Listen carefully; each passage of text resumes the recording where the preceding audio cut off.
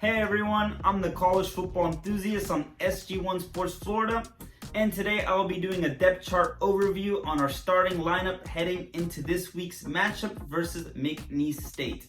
Whether it's McNeese State or the SEC Championship, I will always bring the energy for Gator football. I got my Gator gear right here with me, and I'm ready to go. So, without further ado, starting off on defense. On defense, everything is basically the same as it was heading into the Utah game.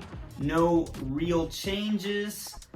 And I'm fine with that because out of all the issues that occurred during the Utah game, our defense really wasn't one of them. We did give up some touchdowns. We gave up that really long play, but can't really blame the defense for that. They got bad field positioning, and you could just list a bunch of excuses.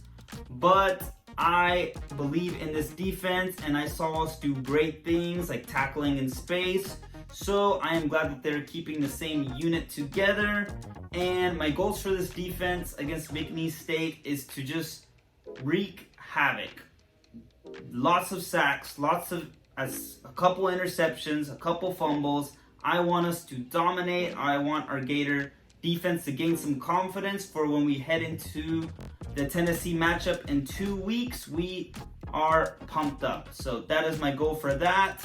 And then for the other position group that didn't really change much is the special teams, and that's a position group that I would have preferred there to be a change.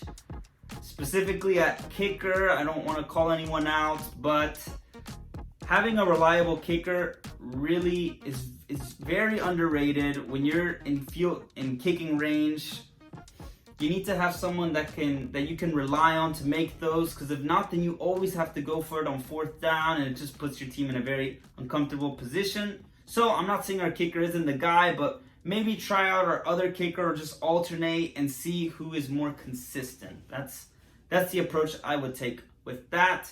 But the other side of the ball that does have some major changes in the depth chart is the offensive side of the ball.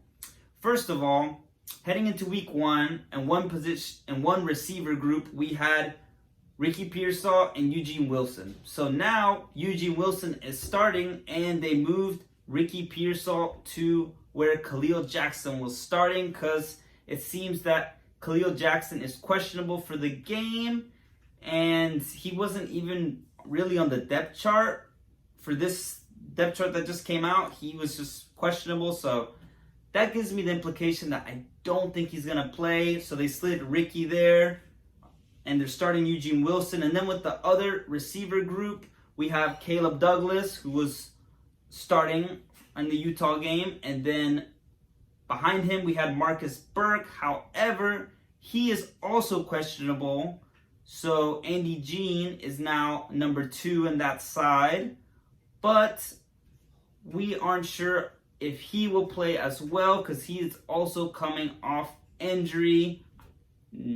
I didn't know of that. Lots of Gator fans didn't know of that until after the game, after the Utah game. So hopefully we can see Andy Jean take the field soon. And then behind Eugene Wilson, we have Aiden Mizell, who is also a freshman and who I would also like to see touch the field, especially if we're up big on McNeese. And then going down to the offensive line, there are no changes on the offensive line. Sadly, our center, Kingsley Yukin, he is still questionable, and it really seems like he's not going to be able to play.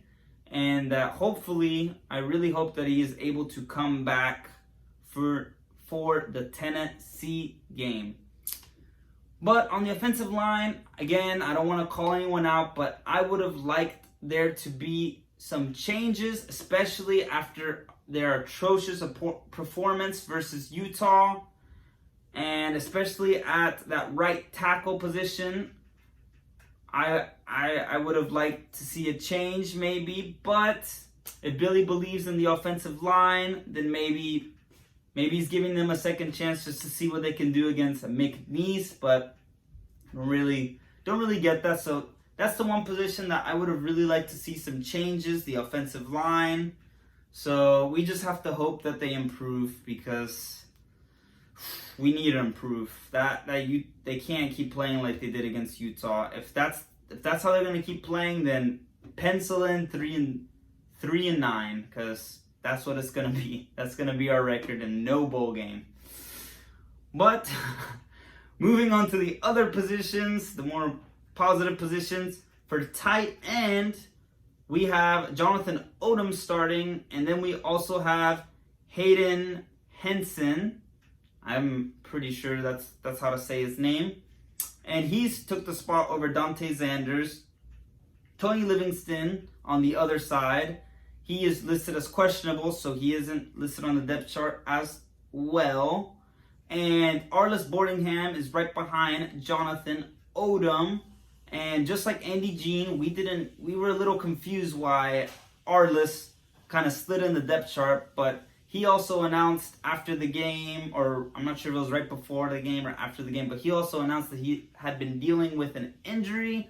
So I hope that he is able to recover and that we are able to see him on the field eventually, because I've heard that he has tremendous talent, and I mean, we need all the talent we can get, so that would be great for us. And then for quarterback, we have the same person. For running back, we have the same people. So that just about covers it. And I really hope that we dominate McNeese. I do not want another USF situation of last year where it was down to the wire when it really shouldn't have been, or a situation 2 years ago against Samford where it ended 70-52, and that's ridiculous. So none of that. We need to go in there, dominate, bring our confidence back up, bring the confidence in the young players back up. We need to not have any boneheaded penalties. We need to limit the mistakes. We need to play almost a perfect brand of football. When I do a reaction video after the game, I will be going live for that. I hope that video is very short. I hope that I don't have a lot to talk about, because if I have a lot to talk about, that means that we played horrendous and that I am worried for the Tennessee game. So hopefully it doesn't come to that. And yeah, I hope these changes in the depth chart work out for the best. I hope everyone that is listed as questionable and whoever's listed in the injury report, I hope they heal up soon and are able to come back and have an effect on the Gators for the better. So thank you very much for tuning in. I always enjoy talking about the Florida Gators. This has been my team for 20 years now, and I will continue supporting them in all kinds of weather, regardless of the situation, bad, ugly, perfect. I will always be a Gator. So thank you guys for tuning in. And like I said, I hope next time I catch you guys, it is on a positive note and that I have a big smile on my face. So without further ado, I will see you guys Saturday night, and take care.